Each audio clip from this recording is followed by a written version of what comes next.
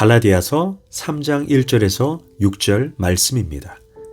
어리석도다 갈라디아 사람들아, 예수 그리스도께서 십자가에 못 박히신 것을 너희 눈앞에 밝히 보이거늘 누가 너희를 꾀더냐. 내가 너희에게서 다만 이것을 알려 하노니 너희가 성령을 받은 것이 율법의 행위로냐 혹은 듣고 믿음으로냐. 너희가 이같이 어리석으냐. 성령으로 시작하였다가 이제는 육체로 마치겠느냐. 너희가 이같이 많은 괴로움을 헛되이 받았느냐. 과연 헛되냐. 너희에게 성령을 주시고 너희 가운데서 능력을 행하시는 이의 일이 율법의 행위에서냐 혹은 듣고 믿음에서냐. 아브라함이 하나님을 믿음에 그것을 그에게 의로 정하셨다 함과 같으니라. 아멘. 할렐루야. 오늘도 좋은 날입니다. 갈라디아서 3장 1절에서 6절 말씀 묵상입니다. 오늘은 믿음으로 의로워진 하나님의 자녀라는 제목으로 말씀을 나누도록 하겠습니다. 사람은 과거 지향적인 성격을 가지고 있습니다. 그 당시에 죽을 지경이었고 힘들었다라고 고백하면서 세월이 지난 뒷날에 가서는 그때 그 시절이 좋았지라고 회고합니다. 간혹 사람들 중에 지난 일은 지난 일이고 그런 건 잊은 지 오래야 하고 대범한 태도를 보이는 사람도 있지만 과거는 쉽사리 잊혀지지 않습니다. 우리는 맛있는 음식을 먹을 때 꼭 이런 표현을 씁니다. 어린 시절 엄마가 해준 된장국 같아. 그런데 사실 그때 잘 먹지도 않았습니다. 그런데 자기도 모르게 어른이 돼서는 어린 시절 먹던 음식이 좋아지는 것입니다. 문제는 이러한 성향이 신앙생활에서도 드러납니다. 과거의 우상을 숭배하던 사람이 예수를 믿게 되어 은혜로 구원을 받습니다. 그런데 얼마 후에 틀림없이 과거의 우상 섬기던 방식으로 예수님을 믿습니다. 이와 마찬가지로 유대인 그리스도인들도 처음에 예수님을 믿고 율법에서 자유롭게 되어 기뻐했습니다. 그런데 틀림없이 다시 율법주의 형태로 돌아갑니다. 과거에 큰일이 생기면 점을 보던 사람이 회개하고 예수님을 믿게 됩니다. 물론 은혜로 인해 자신이 과거에 점을 보던 그 습관을 까맣게 잊었습니다. 그러다가 어느 날 갑자기 비슷한 형태가 나타납니다. 바로 예언기도라는 것에 끌립니다. 이른바 예수 점을 치는 것입니다. 신령하다면 돈을 주면서까지 예언기도를 받습니다. 여기에 무슨 신학적 뒷받침이 있는 것이 아닙니다. 자기도 모르게 무의식 중에 과거로 돌아가는 것입니다. 그러니 가볍게 넘길 문제가 아닙니다. 바울이 갈라디아서를 쓰게 된 동기도 그러합니다. 갈라디아서 3장 1절에서 3절입니다. 어리석도다 갈라디아 사람들아, 예수 그리스도께서 십자가에 못 박히신 것을 너희 눈앞에 밝히 보이거늘 누가 너희를 꾀더냐. 너희가 성령을 받은 것이 율법의 행위로냐 혹은 듣고 믿음이로냐. 너희가 이같이 어리석으냐. 성령으로 시작했다가 이제 육체로 마치겠느냐. 갈라디아서 3장 1절에서 3절입니다. 어리석도다 갈라디아 사람들아, 예수 그리스도께서 십자가에 못 박히신 것을 너희 눈앞에 밝히 보이거늘 누가 너희를 꾀더냐. 너희가 성령을 받은 것이 율법의 행위로냐 혹은 듣고 믿음으로냐. 너희가 이같이 어리석으냐. 성령으로 시작하였다가 이제는 육체로 마치겠느냐.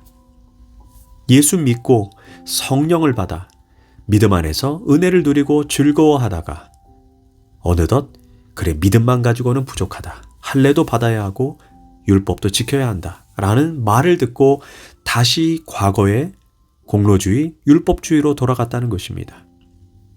십자가 안에서 의롭다함을 얻었는데 이제는 율법 행위로 나아가고 있다는 것입니다. 그런데 바울이 그 원인을 누가 꾀더냐라고 묻습니다. 여기에서 누가는 단수입니다. 거짓 교사들, 율법주의자들, 배후에 있는 사탄의 정체, 다시 말하면 속이는 영의 활동을 바울은 알고 이렇게 말한 것입니다. 우리는 악한 자들 뒤에 있는 배후 세력인 사탄을 볼 수 있어야 합니다. 바울이 하도 답답해서 어리석은 사람들아 어찌 이럴 수가 있는가 하고 그들의 어리석음을 질책하고 있는 것입니다. 종교개혁자 마틴 루터는 가톨릭 신부였습니다. 그는 항상 하나님 앞에 의를 얻고 더 가까이 가려고 몸부림쳤습니다. 그래서 참회도 고행도 금식도 회개도 매 순간 했습니다. 신부님에게 즉각 달려가서 제가 이런 죄를 지었습니다 라고 고해성사를 하고 돌아와서 또다시 성경을 보다가 죄가 생각나면 그는 다시 달려가서 고해성사를 했습니다. 하루에도 몇 번씩 일어났습니다. 이에 신부님이 루터에게 루터야 제발 죄 좀 모았다가 가져오너라 말할 정도였다라고 합니다. 로마에 가면 스탈라 상타라는 유서 깊은 성당이 있습니다. 예수님께서 밟고 올라가셨던 빌라도 법정의 계단을 그대로 옮겨 놓았다고 합니다. 가톨릭에 의하면 그 성 계단을 오르내리면 행위로 구원을 받는다고 합니다. 그래서 루터는 그 계단을 매일매일 참여하며 무릎으로 기면서 계단마다 입을 맞추며 올라갔다고 합니다. 그런데 그의 마음은 여전히 불안했습니다. 그러다가 갈라디아서를 읽다가 오직 믿음으로라는 말씀이 그의 가슴에 쐐기처럼 박혔습니다. 성령의 역사였습니다. 그는 그 순간 벌떡 일어나 오직 의인은 믿음으로 말미암아 살리라. 그리고 종교개혁을 단행했습니다. 오직 나의 구원은 십자가에 달리신 예수 그리스도를 통해서만 구원을 받는다. 이것이 바로 루터가 깨달은 진리입니다. 루터는 이제 내 노력으로 내 의로 내가 만든 길, 그 마지막에는 지옥의 뜨거운 불이 나를 기다릴 뿐이다라고 고백하는 단계까지 나아갑니다. 그러면서 이제 하나님께서 보여주신 그 길, 바로 십자가에 달린 그분의 은혜를 의지해서 나아가야 한다라고 고백합니다. 그는 이 체험 후에 자기의 신학을 십자가 신학이라고 명명했습니다. 십자가의 신학의 반대는 영광의 신학입니다. 쉽게 말해 어떤 방식으로 내가 하나님을 만나게 되는가에 대해 지식으로 구분되는 것입니다. 하나님의 영광을 통해서인가 아니면 십자가의 연약함을 통해서인가. 영광의 신학은 하나님의 창조 사역과 그 위대한 능력과 하나님의 전능하심을 강조합니다. 물론 영광의 신학도 필요합니다. 그런데 문제는 하나님 앞에 자기도 그런 모습으로 서려고 합니다. 영광의 하나님 앞에 서기 위해 나도 영광스러운 모습, 아름다운 모습, 선행, 의, 공로, 공덕, 업적을 가지고 가야 한다라고 생각하는 것입니다. 이것이 가톨릭의 신학입니다. 이에 반해 십자가의 신학은 세상은 자기의 지혜, 자기의 의, 자기의 공로로 하나님 앞에 나아갈 수 없다는 것입니다. 오직 하나님은 십자가를 통해서만, 십자가의 피 흘리심을 통해서만, 십자가의 보혈을 통해서만, 하나님의 강함이 아닌 하나님의 연약함을 통해 자신을 계시하신다는 것입니다.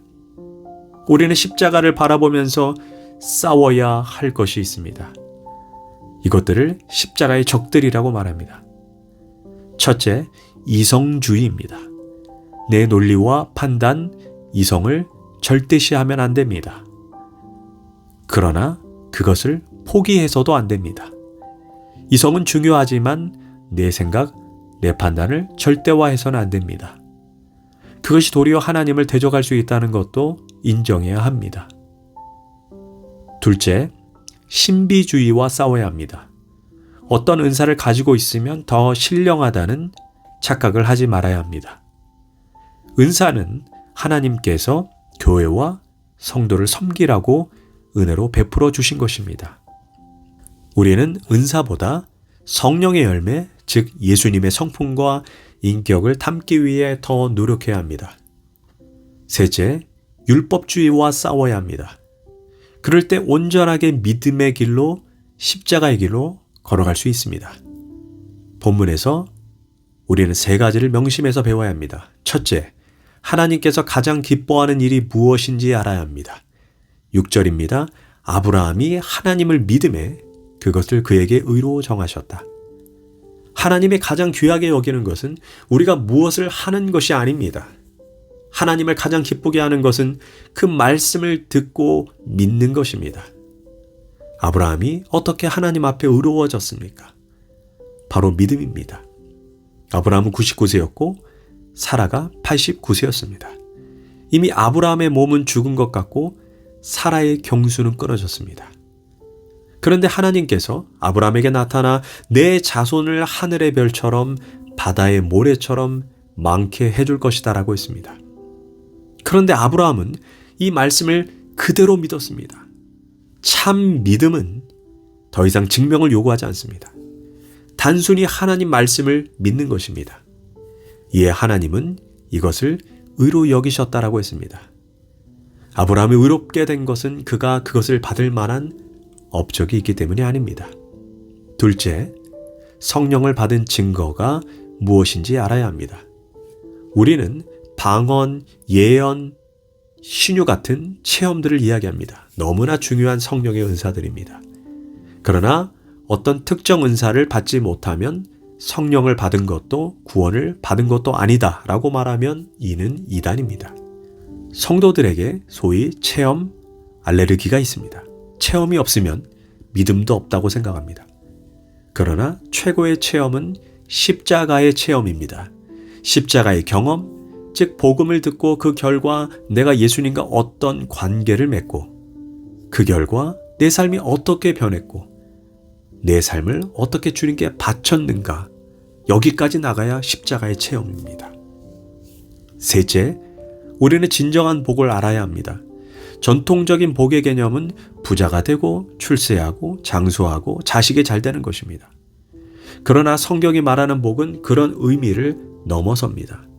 가장 큰 복은 믿음으로 의롭다함을 얻어 하나님의 자녀가 된 것입니다. 천국을 소유한 것입니다. 이보다 더 귀한 복은 없습니다. 이 진리 위에 굳건히 서야 합니다. 기도하겠습니다. 하나님, 오직 믿음으로만 살기를 원합니다. 앞으로 내 삶의 나의 의, 나의 공로가 아닌 오직 십자가에서 나를 위해 죽으시고 부활하신 그분의 의만 바라보며 살겠습니다. 예수님의 이름으로 기도합니다. 아멘.